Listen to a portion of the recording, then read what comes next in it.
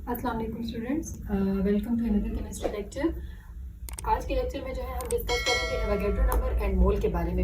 ये लेक्चर जो है वो बहुत इंपॉर्टेंट है क्योंकि ये दोनों टर्म्स केमिस्ट्री की केमिस्ट्री की डेफिनेशन में बहुत वैल्यू रखती हैं। तो इसका आपको जो है वो क्लियर होना बहुत ज़रूरी है कि basically mole and Avogadro number है क्या। तो एवोगैड्रो नंबर पे जाने से पहले हम टच करेंगे मोल को, क्योंकि मोल को फिर हम लिंक करेंगे एवोगैड्रो नंबर से। तो हर चीज को मोल की डेफिनेशन पे हम जाते हैं। किसी भी चीज को मेजर करना होता है उसके लिए आपके पास मेजरिंग यूनिट होना जरूरी है ताकि आप उस चीज को इजीली मेजर कर सकें। फॉर एग्जांपल, अगर आपने एक्स को लेना है तो आप एक्स को किस बेसिस पे लोगे? उसको डजन की बेसिस पे लिया जाता है, ठीक है। शूज आपने लेने हैं तो वो किसकी बेसिस पे आप लेते हो? पेयर की बेसिस पे। बनानाज आपने लेने हैं वो आप किस बेसिस पे लेते हो? डजन की बेसिस पे।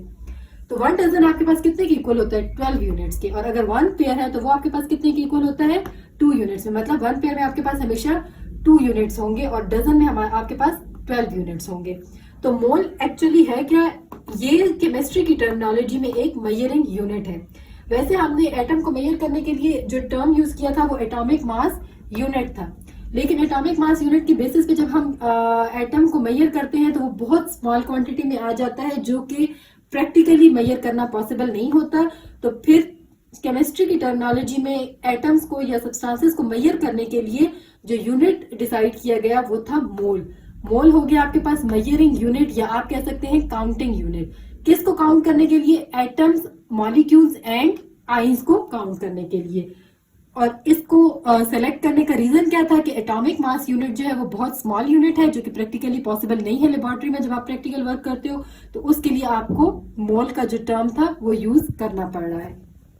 तो अब हम मोल की प्रॉपर डेफिनेशन को डिस्कस करते हैं। मोल बेसिकली क्या है? Atomic mass, molecular mass, formula mass when expressed in grams is called mole. Atomic mass किसका होगा? एटम्स का, for example carbon. Molecular mass आपके पास किसका होगा? मॉलिक्यूल का, फॉर एग्जांपल वाटर मॉलिक्यूल। और फार्मूला मास आपके पास किसका होगा?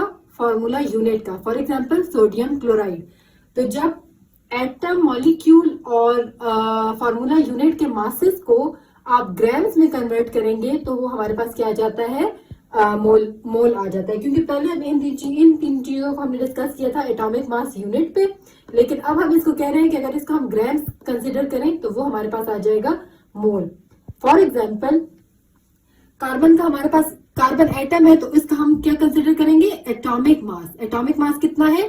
12 AMU। इसको हमने एक्सप्रेस किया ग्राम्स में, 12 ग्राम। तो वो हमारे पास किसके इक्वल हो गया? 1 मोल ऑफ कार्बन एटम। अगर हमारे पास क्या होगा? 12 ग्राम, तो वो किसके इक्वल होगा? 1 मोल ऑफ कार्बन एटम के। सेकेंड है मॉलिक्यूलर मास, किसका होगा? वाटर मॉलिक्यूल का। 2 हाइड्रोजन थे तो 1 एक एटम का हाइड्रोजन क्या होता है? 1 AMU। तो जब 2 एटम्स होंगे तो 2 AMU प्लस ऑक्सीजन का 16 है, तो कंबाइन करके हमारे पास बनता है 18 AMU। इसका मास आ गया मॉलिक्यूलर मास। वो हमने एक्सप्रेस किया ग्राम्स में, 18 ग्राम। तो वो हमारे पास किसके इक्वल होता है? 1 mole of water molecule. Similarly formula unit हमारे पास किसका होगा? Sodium chloride. कोई भी आयोनिक कंपाउंड होगा तो उसका जो हम मास एक्सप्रेस करेंगे वो फार्मूला मास की फॉर्म में करेंगे। तो सोडियम क्लोराइड का हमारे पास फार्मूला मास आता है 58.5 AMU। अगर उसको हम ग्राम्स में एक्सप्रेस करेंगे तो वो हमारे पास किसके इक्वल होगा? 1 मोल ऑफ सोडियम क्लोराइड के। होपफुली मोल का कॉन्सेप्ट आपको क्लियर होगा। अब मूव करते हैं एवोगैड्रो नंबर पे। एवोगैड्रो नंबर जो है वो मोल से कनेक्टेड है। कैसे? कि साइंटिस्ट ने जब डिसाइड किया कि सब्सटेंस जो है उसमें लार्ज नंबर ऑफ पार्टिकल्स मौजूद होते हैं तो वो पॉसिबल नहीं होता कि आप उन पार्टिकल्स को काउंट कर सकें। तो इसलिए ये नंबर जो है एवोगैड्रो नंबर डिसाइड किया गया, सेलेक्ट किया गया। किसको काउंट करने के लिए? नंबर ऑफ पार्टिकल्स जो कि सब्सटेंस में मौजूद होते हैं। एवोगैड्रो नंबर बेसिकली क्या है? Collection of 6.02 into 10 power 23 particles. Mean number of particles ये होगा, लेकिन ये किसको असाइन किया जाएगा? कितने मास को असाइन किया जाएगा?